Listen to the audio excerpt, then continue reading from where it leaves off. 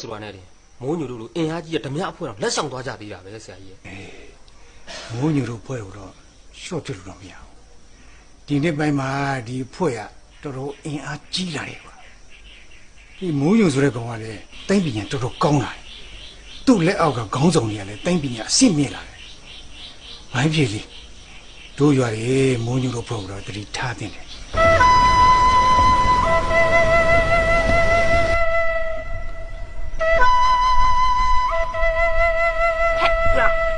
နေဒီမှာတယောက်ထဲလာပြီးဘာတွေစဉ်းစားနေရဟာမစဉ်းစားပါဘူးကွာဒီလိုပါပဲဘာလဲ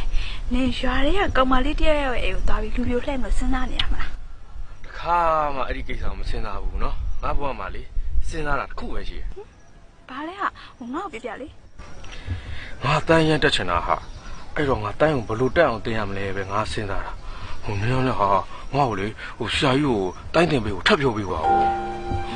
နေရလေငါလည်းအဖကိုကြုံတိုင်းပြောနေရပဲဟာ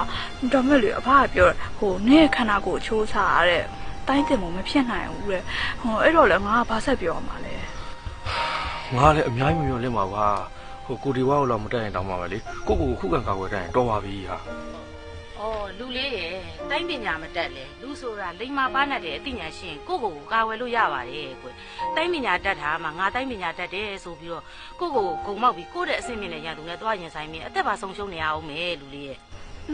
အဲ့ဒါလည်းဟုတ်တာပဲဟိုတိုင်းပညာဆိုတာကုန်တယ်မှမရှိတာသူ့ထက်သူလူစားကောင်းနေတာပေါ်နေရကြီးပဲ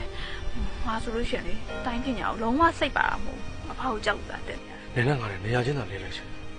ဟုတ်အမေဟိုကျွန်တော်က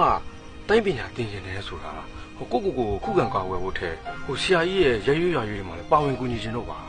အော်လူလေးရဲ့ရက်အကျိုးရွာကျိုးကိုတည်ဖို့ကျင်တယ်ဆိုရင်လေအမေတင်ပေးထားတဲ့စာအရေးအဖက်အတွက်အချက်နဲ့လေလုံလောက်ပါတယ်ကွအားလို့ရှိရင်စာပေများများဖတ်ဟောဘဟုတုတတွေတိုးတော့ကြတော့ကာယလုံသားအနေနဲ့မဟုတ်ရင်တောင်မှညာနာလုံသားအနေနဲ့ရက်အကျိုးရွာကျိုးတည်ဖို့လို့ရတာပေါ့ကွဟုတ်ကဲဒါဆိုရင်လေအမေအခန်းထဲမှာစာအုပ်တွေသွားယူပြီးဖတ်ချင်တော့နော်